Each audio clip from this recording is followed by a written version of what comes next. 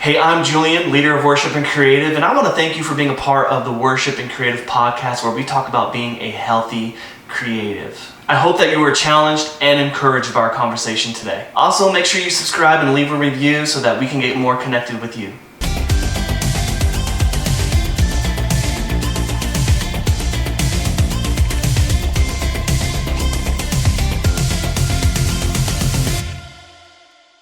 Well, welcome, Elijah. Thank you so much for being on the Worship and Creative podcast. I'm so grateful that you said yes, number one. And number two, I'm grateful that you're going to be able to speak to our community that we have here at Worship and Creative today. But thank you again. I really appreciate you getting on here. Yeah, absolutely, And Julian. Thanks for the invite. I'm pumped to be here and to have a little chat. yeah, man, awesome. And why don't you do this real quick? Because there might be some people who don't know who you are and what you do. Could you just give us an overview of who Elijah is, what he does, and what's going on in your life? Yes. Wow, who I am, what I do. So, my name is Elijah Waters. I'm a full-time pastor with Church Home, and I grew up in the Northwest and lived in Seattle for a long time. And then the last 8 years, I've been in Los Angeles, helping out with our community that is down here in Southern California. And I must say, I'm not complaining about the sunshine every day. It's been really nice. Yeah. I've been married for 22 years. My Wow. wife and I were like 12 when we got married. We're not quite 12, but we were really, really young, in our early 20s. And I've got 4 kids, believe it or not. My oldest is 20. And then my other daughter just graduated from high school. She's 18. And then I've got 2 boys, 15 and 12. So we've got a full house, nonstop energy, nonstop entertainment going on. And it's been fun. So yeah, that's kind of me. I've been doing music most of my life. Started with just kind of piano lessons that my mom forced me to do when I was a kid, and I hated it. And later on, kind of taught myself guitar, and then started getting involved in the worship scene, kind of in my early 20s, and leading worship, and been doing that the last 20 years, and Wow. doing a lot of music, and love the ministry and the stuff that I get to do with the church as well. And in my spare time, I love to run and stay active and go to the beach with the kids. And I'll say my biggest weakness is probably sweets. And I was reminded of that a couple of nights ago because my kids brought home a bunch of candy. It's like school's out, summertime, and candy's sitting on the table. And I'm like, don't do it, Elijah. Don't do it. Don't. I think I need to just try one. And then, of course, a bag of candy later, I'm having the Yeah. regret and the remorse. So anyway, um, Yeah. but yeah, that's a little bit about me in a nutshell.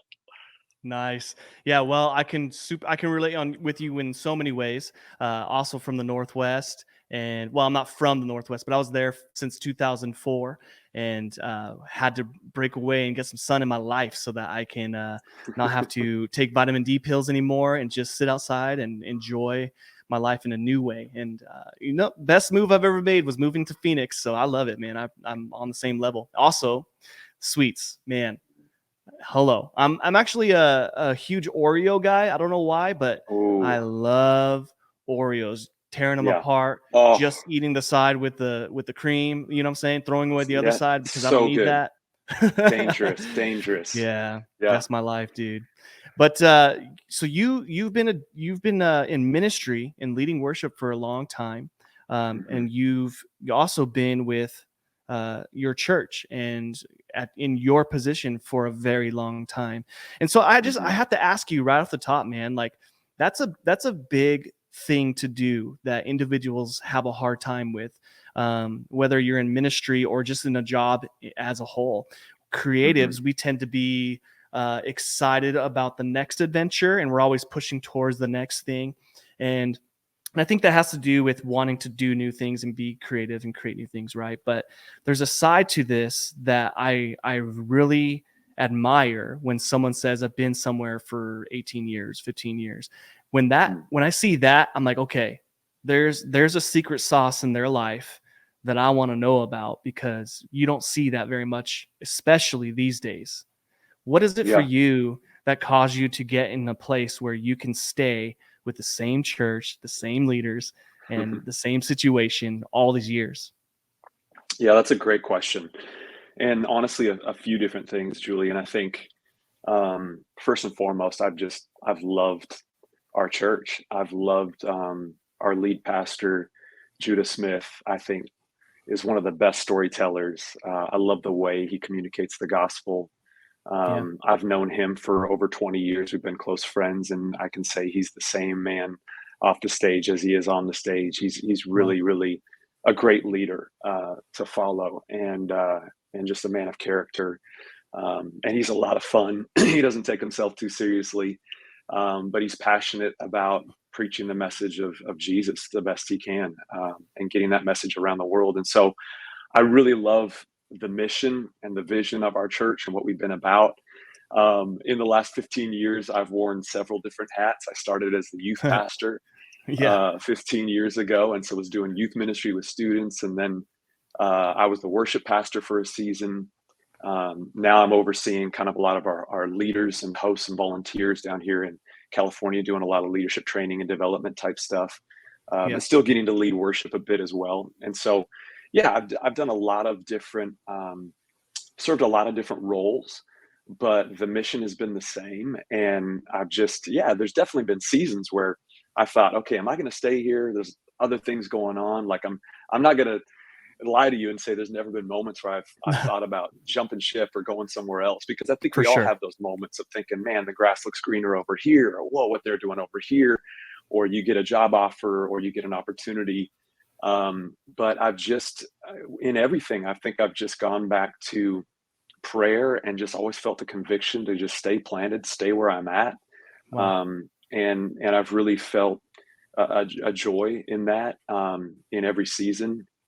And yeah, I think as well, just it's been great. I got to give a shout out to my wife Anne Marie, because she's been there every step of the way with me. And so we've always taken moments, in fact several times a year, kind of self-evaluation. Where are we at? Are we feeling fulfilled as parents? Are we feeling fulfilled in our marriage? Are we feeling fulfilled in our work and our career? And really kind of fleshing that out and having those deep dive moments that I think are needed and essential. And so it's not to say that everything's been perfect in my job and my role at the church, but I really love what we're doing. And I feel blessed to be a part of it. And and I had a lot of friends too that went and planted churches, and they were Yeah. all like, Elijah, aren't you going to plant a church? Aren't you going to be a senior pastor? Don't you want to be a lead pastor? And Yeah. there was that temptation too, like, wow, For that sure. sounds so cool to pioneer something, to lead something, to be the senior guy.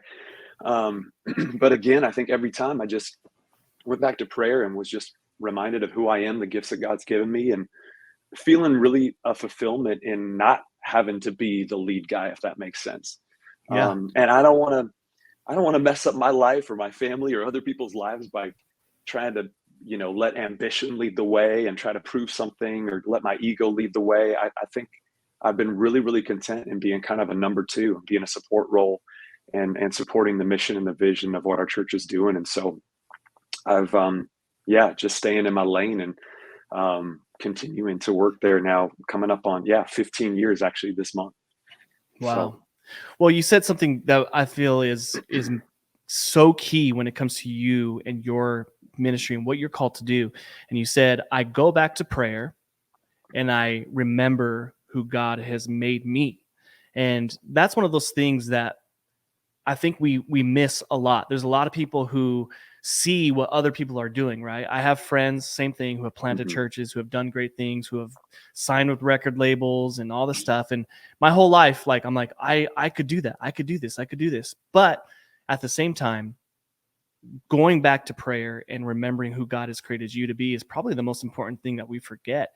And it's easy to forget to do that because we're so obsessed with what's coming or what's new or what somebody else is doing. And we're comparing ourselves to their journey and not remembering where we're supposed to be at in our journey, And so yeah, as soon as you said that, I'm like, that's it. That's the thing right there. Going back to who God has mm, created you to be. And that's huge. I think that's probably what you can attest for yourself that keeps you where you're at and keeps you mm. humble and keeps you in a place where you can just serve and do what God's called you to do. What do you think about that? Yeah, no, I think you nailed it. I think something you said too that's so important for all of us is that when it comes to comparison, because we've all played the comparison game, and it's easy to look at like what I'm doing, what they're doing. Yep. You're scrolling on social media, you're seeing the highlight reel of somebody's life. You're like, dang, I want that life. So real. And I think comparison hits us all in different ways, but it can so quickly kill our joy and kill our fulfillment and not allow us to be present and be grateful. And so Yep. honestly, something, especially early on in the midst of the pandemic in the last couple of years, I started to just make a daily practice of taking intentional moments in my day and shutting my eyes for a minute and thinking about and recalling and rehearsing the things that I'm grateful for, Mm, how blessed I am. And I think that helps me stay grounded. I think it helps me stay in a place of just being so thankful for what yeah. God's given me and for who He's created me to be, and not buy into that comparison game of like, oh man, I wish I could be like this person. I wish I could be doing what they're doing, because all that's going to do is just rob from you. It's just going to rob So your true. joy. It's going to rob your contentment and your peace. And so there's just been intentional practices like that have helped me to just stay who I am, stay in my lane, and continue to feel grateful and fulfilled. Yeah, that's a big deal. So I think you've kind of segued into the next question I have for you, but a lot of creatives and a lot of people who work in the church, pastors, I've seen pastors completely walk away from the Lord.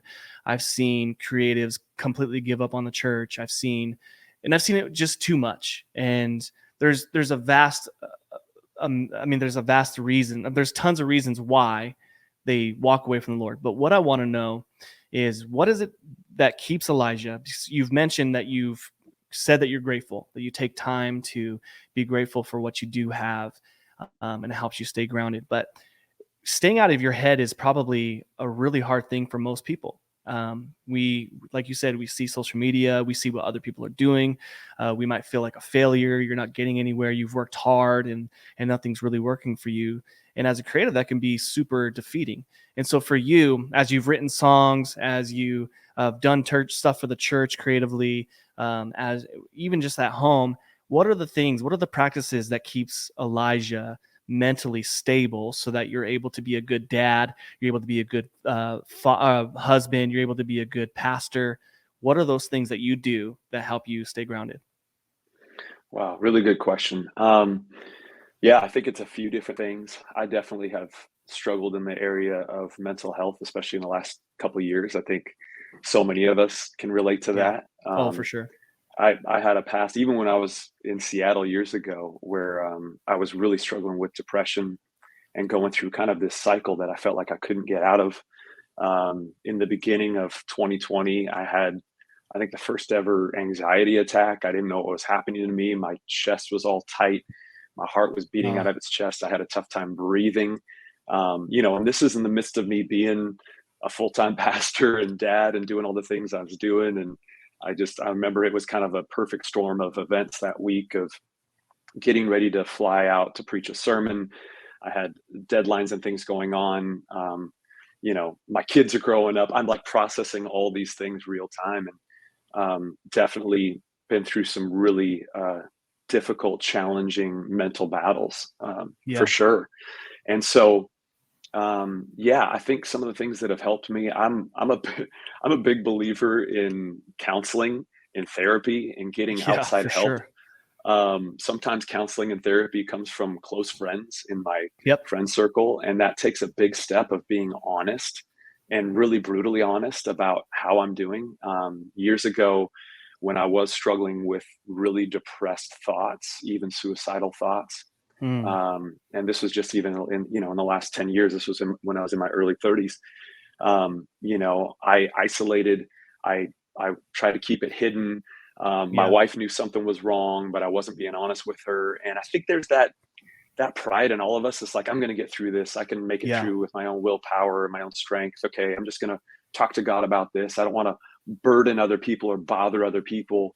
And I would say for anybody listening out there, talk to somebody today. If you're going through it Yes.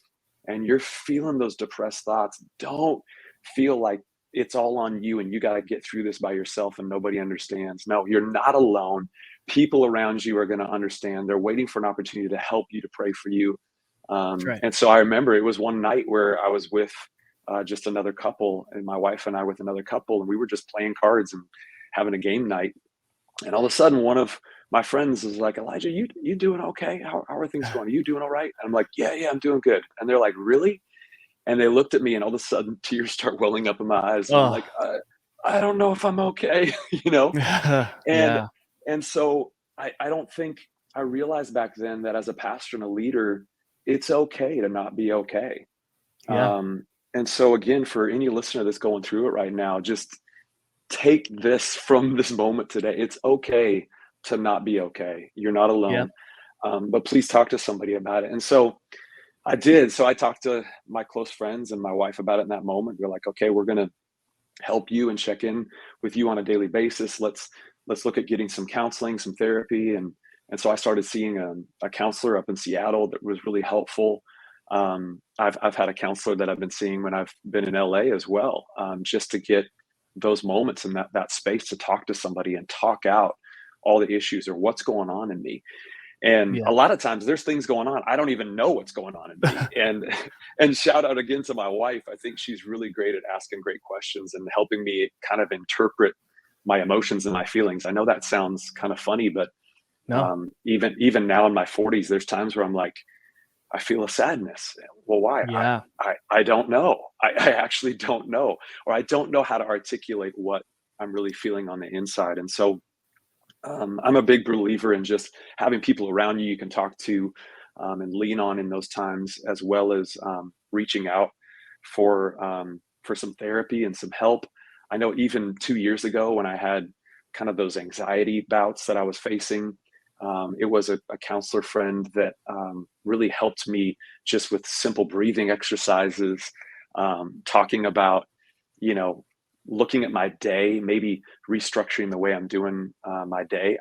I don't know about you, Julian, but I look at mental health as kind of three-dimensional. I know a lot of times in church circles and Christians, we can think that everything's spiritual, like everything's either God or the devil.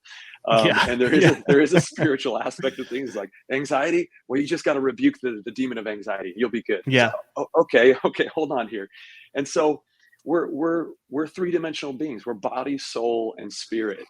And so I think even recognizing with mental health and is every day what's helping, and back to your original question, kind of what's helping ground me and keep me in a healthy place. I've got to look at my body. I've got to look at, okay, am I getting adequate sleep? Am I eating okay? Am I not crushing Oreos every yep, single night, yep. even though they're delicious? Come Am I on. getting exercise? I mentioned exercise earlier, but to be honest, for me, the going out on I try to run 3 4 times a week and get in the gym. It isn't even about a physical thing. It's even more about an emotional thing. The endorphins that are released, getting Yeah, outside, it does something for my mental health. And of course, you don't need to believe me on this. There's research has proven that this for works, sure. and so it fights depression, it fights anxiety. And so just exercise for me is like, no, I got to get out and exercise today. Not just so I can look good for my wife, right? But so that I can mentally be healthy and be strong. So I'm always thinking about my body. I'm also thinking about my soul, which is Yeah, kind of the inside me that needs what does my soul need in a typical day, in a typical week? Well, I'm gonna need moments of laughter. I'm gonna need moments with friends and with yeah, food. For me, eating meals together, I'm a food guy, but yes, having a meal is such a soul replenishment for me. Like so true. sitting down for a couple hours, even with my family, we do regular family nights where we're doing family dinners, and we'll sit there for 2 hours and we'll talk about anything and everything, man. We get into it with our kids. In fact, we've had guests over that are like shocked at how open we are about any subject, from religion to politics to race to Yeah. sex, dating. I mean, we talk about it all, bro. Of course, I'm raising teenagers right now, so Yes, you you got to are. have those kind of I talk conversations. But about Barbies and Mario. That's about it right now. as you should, as you should. We'll get ready for the teenage years, man. When they come, it's a Oh, little. I'm a There's little some challenges nervous. for sure, You're making me but nervous. you'll be a great dad. So yeah, I think about my body, I'm thinking about my soul.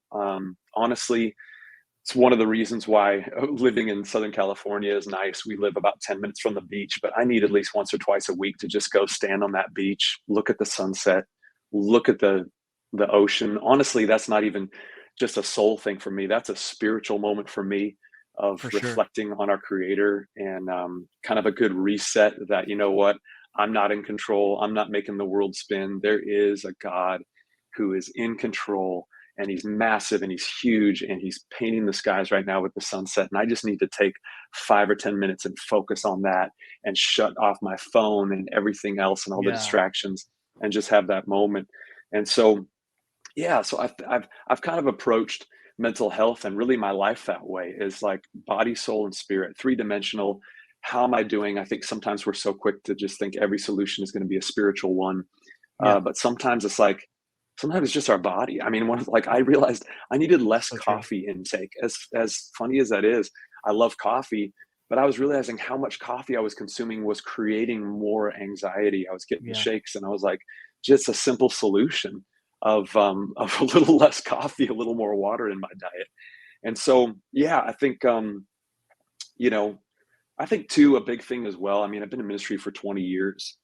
I think a lot of us that are in ministry and pastors and leaders, it can be a really lonely place at times. And it can be a place where we're carrying a lot of weight as far as leadership goes and as far as leading a community. We need to remember first and foremost just who we are in Christ and our Yeah. relationship with God, not with the pastor hat on, not with the So worship true. leader hat on, not with the creative hat on, but just like, just as a child of God, and Yeah. having those Amen. moments where whether I'm opening my Bible or I'm listening to some worship music or I'm spending a moment in prayer, but I'm not thinking about the cares of the world and everywhere around us. Yes, we should take moments to pray for those around us and the things that are For happening sure. in this world, but we need those moments to just be replenished spiritually. And a lot of that is just taking intentional moments to just think about Jesus, think about how amazing his love is, his grace is.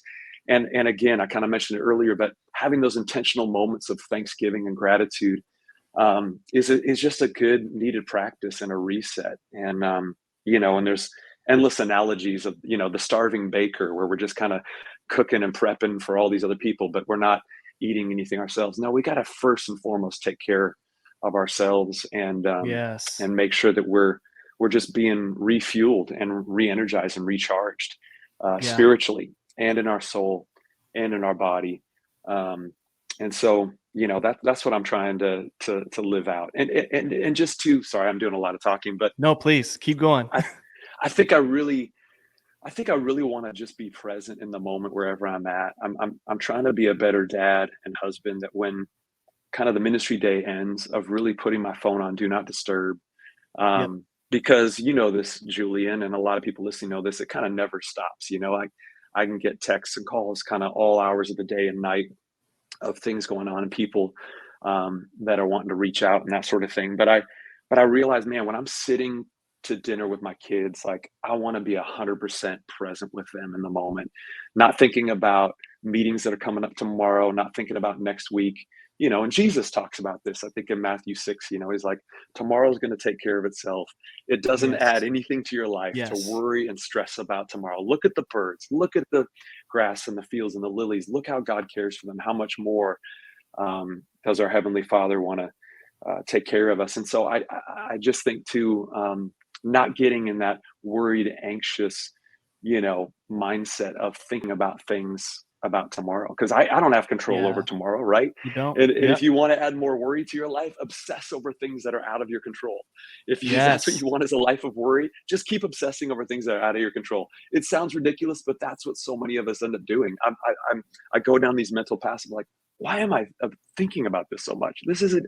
I don't even have any control over this. Yeah. This is in Yeah. God's hands.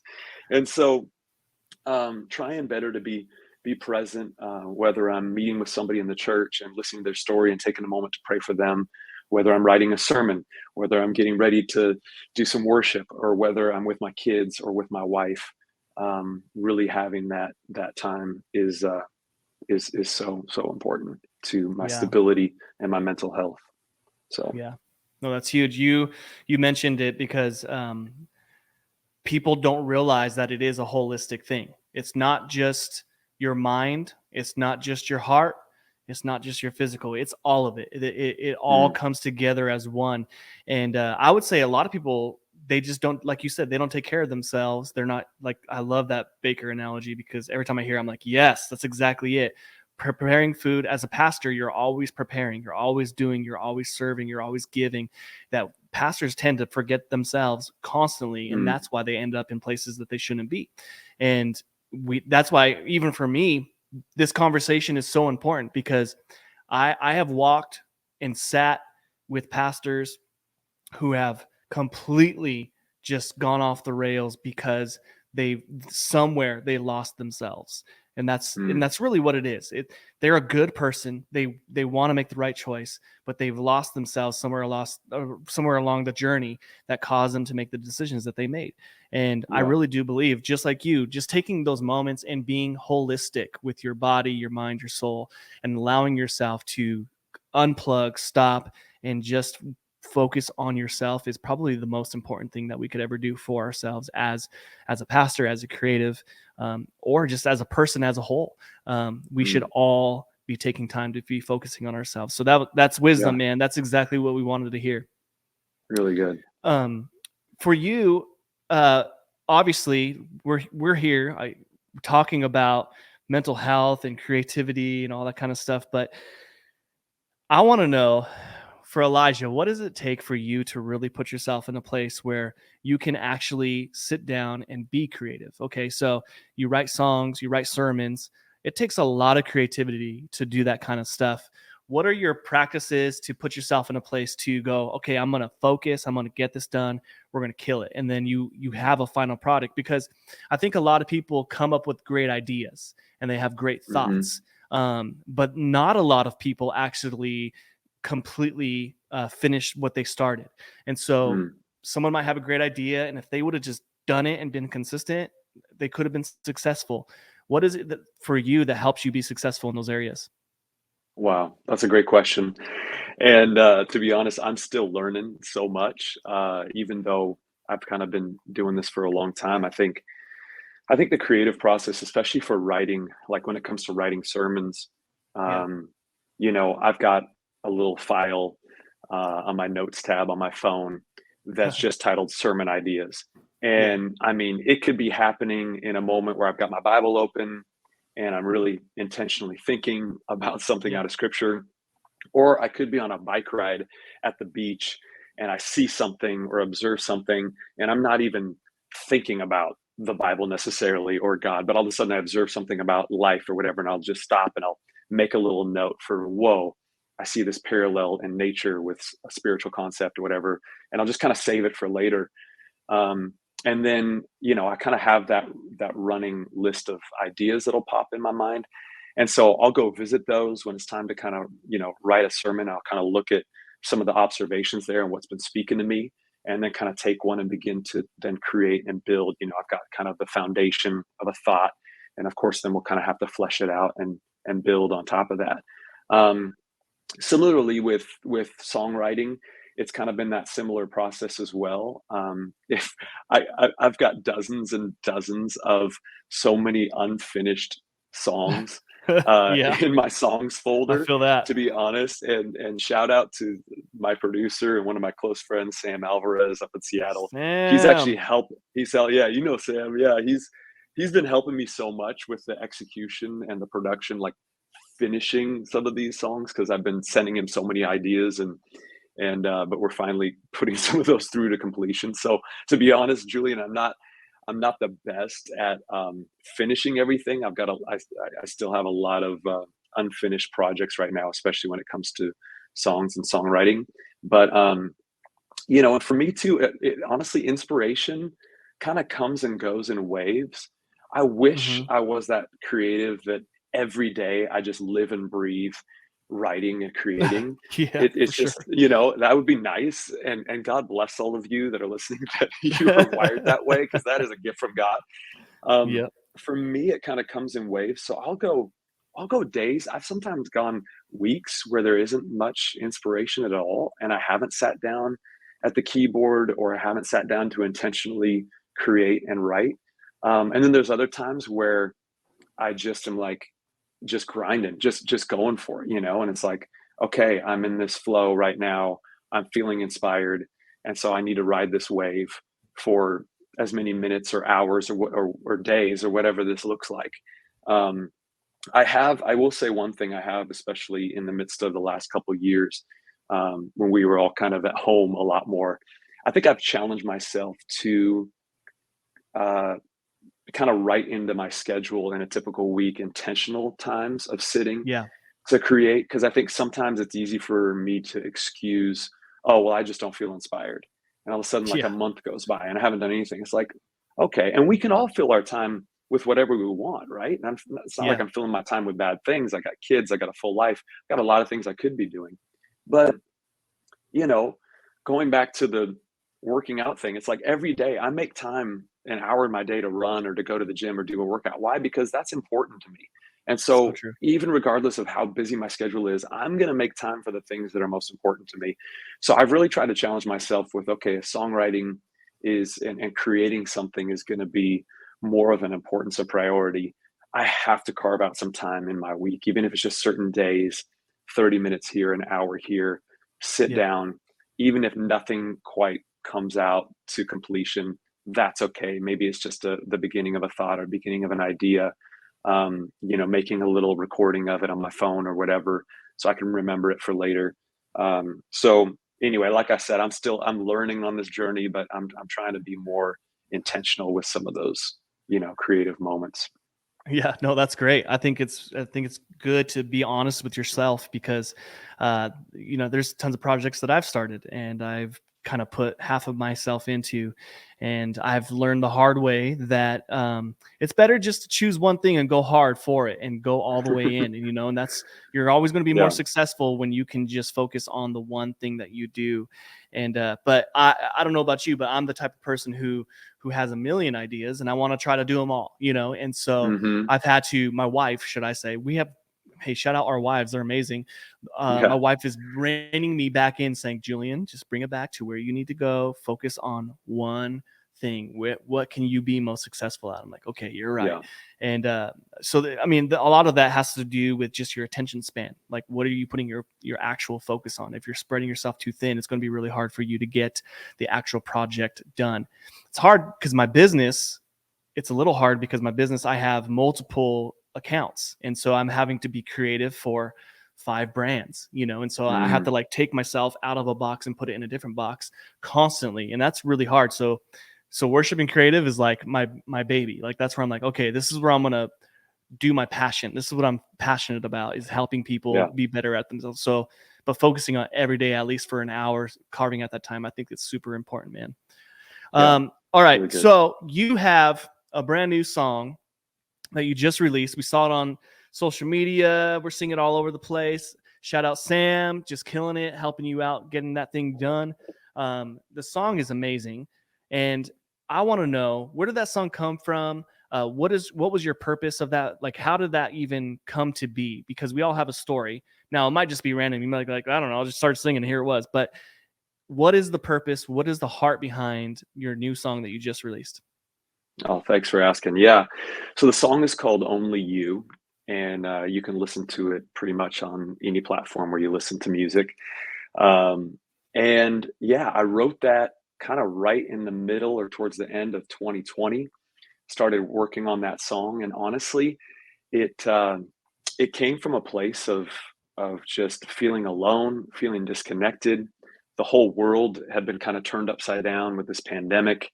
We're all stuck at home for what we thought was going to be a few weeks. It's like, I don't know about you, but I remember my kids being like, "Cool, we get a few weeks at home. It's going to be fun." And even I was like, "Yeah, this is kind of fun." And then the Yeah. first few weeks go by, and we're like, "Oh, we're still at home. Okay, Oh, kids, do you want to go back to school? Oh, you can't go back to school. yeah. Okay." So, and then, we just got a little condo here in LA. There's all six of us were at home, on our laptops, doing school, doing Oh work, my doing everything. gosh. And I was going a little bit crazy. But I remember just there was a lot of pain going on in the There world. There was a was. lot of pain that people were feeling as far as mental health, as far as things that were happening socially in our country and other places of the world with racism and people feeling marginalized and Yep. disconnected, uncertain. I mean, there was more uncertainty than ever. Like, what's the future going to hold? We don't know.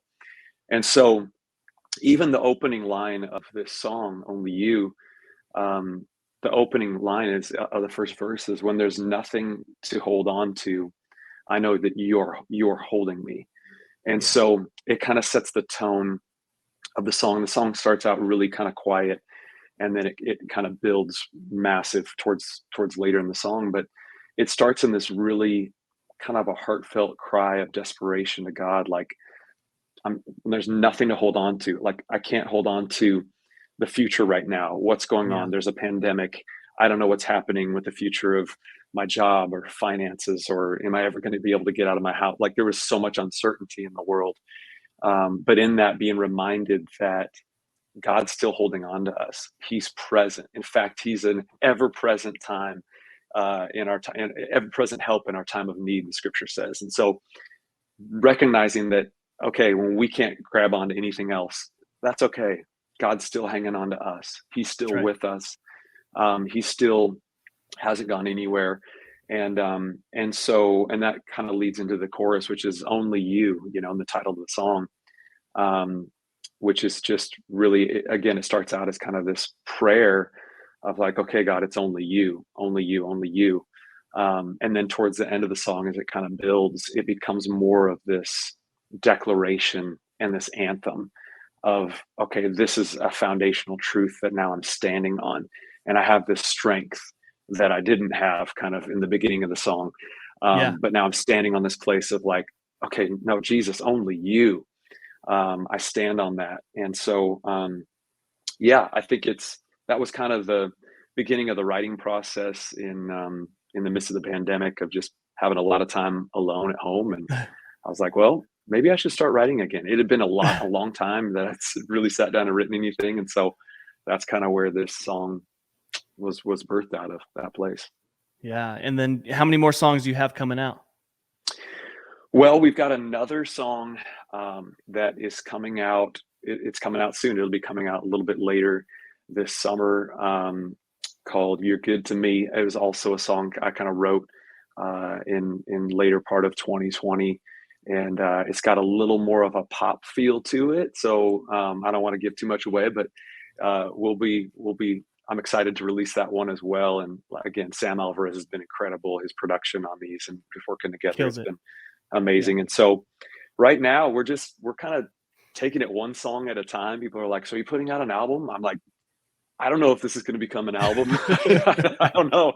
I just want to do one at a time, releasing one single at a time. And so yeah, I'm excited to just put out some more music in the future as well. That's awesome. How long has it been since you put out any music? Well, gosh, that's a good question. I've worked on some different projects in the past, and I mean, 10 years ago, I wrote most of this. It was like a youth worship album that's out there on Spotify. It's called All Things New, and it's back. Our youth ministry is called Generation Church, so it's just Generation Church, All Things New. And so I sang on most of the tracks on that.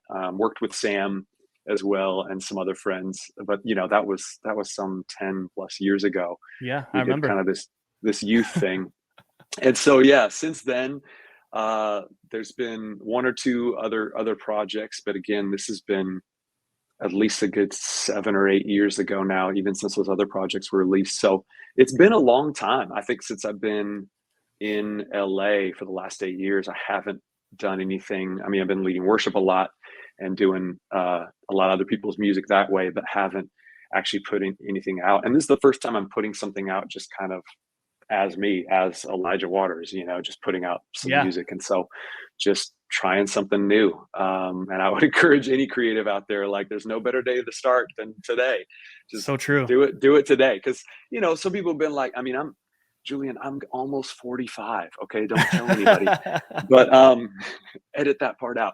But no, I'm here. I am in my 40s. And so people are like, wait, what? Why are you doing this now? And I'm like, well, why not?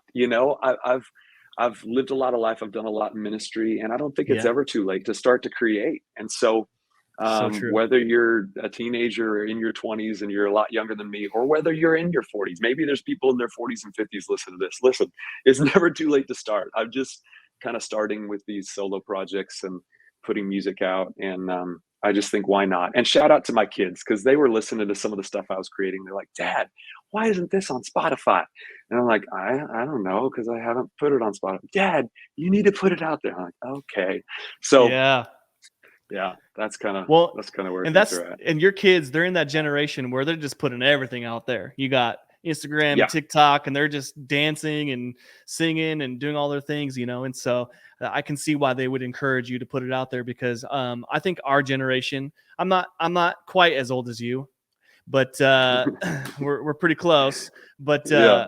well, I think our generation is a little bit less. We always wanted to, but it was a lot harder back then. And now it's like Mm, super easy to get things out there. And so you're right, it's though, true. man. If you're creating something, you're doing something that you believe in, just put it out there. Who cares? Don't worry about what people think and all that kind of stuff, but believe in yourself, and people will believe in you.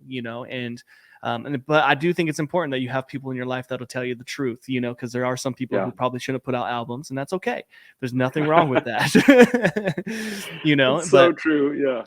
yeah, and for you, obviously, we're gonna send people to get your music. We want everyone to download it as much as possible, and share the heck out of it. But at the same time, how vulnerable is that for you? As we're talking about back in the day, like it just wasn't so easy to do it, but now it's pretty easy to make these things happen. How vulnerable is that for you to put out music that you wrote? That's Elijah Waters. It's not connected to a church in general, but it's connected to Elijah Hmm. Waters. Yeah. Oh gosh, it's a super vulnerable place. It's scary, um, because even though, yeah, I'm in my 40s, I'm pretty secure and confident in who I am. But still, when it comes to creating something, um, it's yeah, you can't help but feel like, are people going to like this? Is Yeah. this going to be good? Is this going to be well received? It's probably part of the reason why I still get nervous every time I get up on a stage to preach. I've been preaching Yes. for 20 years. I still get nervous though. And Yeah. maybe that encourages somebody out there that's listening. I think the nerves can be a blessing. It's just like, okay, it makes me dependent on God. It keeps me humble, keeps me grounded. I don't look at the nerves as a negative thing necessarily. Um, but even that, when I'm done with a message, it's like, I want at least somebody to be like, hey, that was great, or that really spoke to me. I think that's just the Yeah. reality of human nature. And It is. words of affirmation is my number one love language, by the way. And so, Yes. words of affirmation and touch. If you could just tell me I'm cool and give me a hug, I'm good, man. That's all I need. And so, um, yeah. So I think with music as well, it was a little nerve wracking, putting out a song with my name on it. That you, like you said, it's not connected to a church or anything else, or even a collab with a bunch of artists. It's like, okay, this is just me. I wrote this, sang this, Yeah. recorded it with Sam. And it's like, okay, it's out there.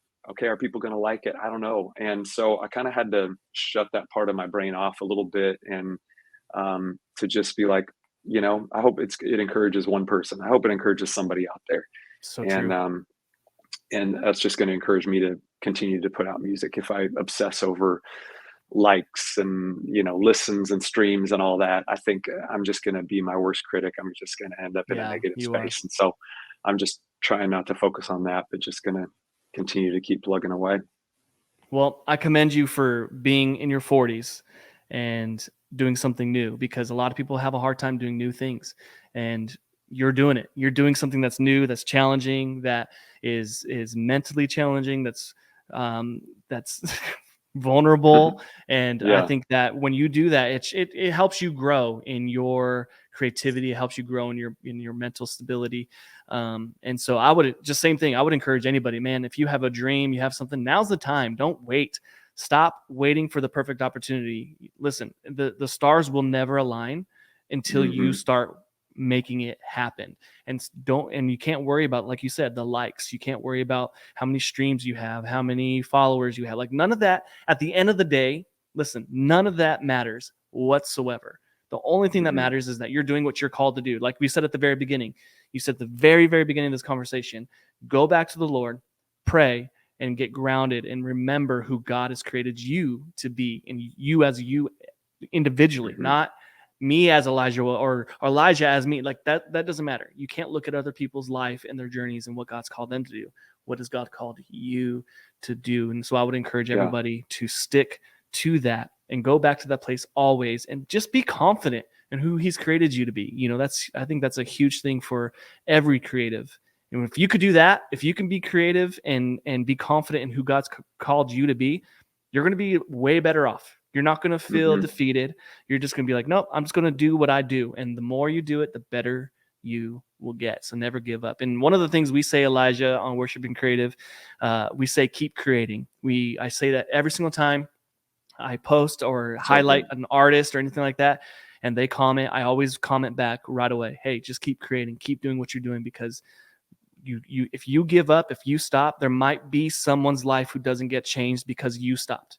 So continue doing what you're doing. If you make the difference in one person's life, man, you've done what you're supposed to do, and that's what matters. And so, yeah, I commend you, man, in your 40s, making new things happen, and your kids encourage you to do it. So that's a good sign, Hmm. though. Your Yeah. kids, your teenagers are saying, "Hey, you should put this out." They That's true, are because they'll be tough honest. They'll be critics. brutally honest, bro. Teenagers, Yes, man, they'll let you know. they they are brutally honest. Well, Yeah. can we find your music pretty much everywhere, or is it only in certain spots? Yeah, no, pretty much everywhere. Apple, Spotify, Amazon, YouTube. Yeah, whatever platform you listen, you'll probably find it there. It's called Only You. And yeah, have a listen. Awesome. Well, hey, if you're listening and you're part of this, we'll put a link down below. And if you're watching on YouTube, you can also just find the link there as well. But we're going to link his music directly there. Make sure you check him out, follow all that he's doing in his life. Obviously, besides his music, he's just a great guy. We've had such a great conversation here so far. If you live in the LA area, go to his church. They have great people there. Obviously, Judah is the man. We love Judah. And now we love Elijah even more. And so we really Thanks, man. appreciate you for getting on here, man. And I really, really hope that God blesses your music and he continues to give you new sounds and new words to say so that people can hear the word of God through music and be changed in their lives. Wow. Thanks so much, Julian. Thanks for having me, man. I appreciate it. Yeah. Awesome. Appreciate it, man.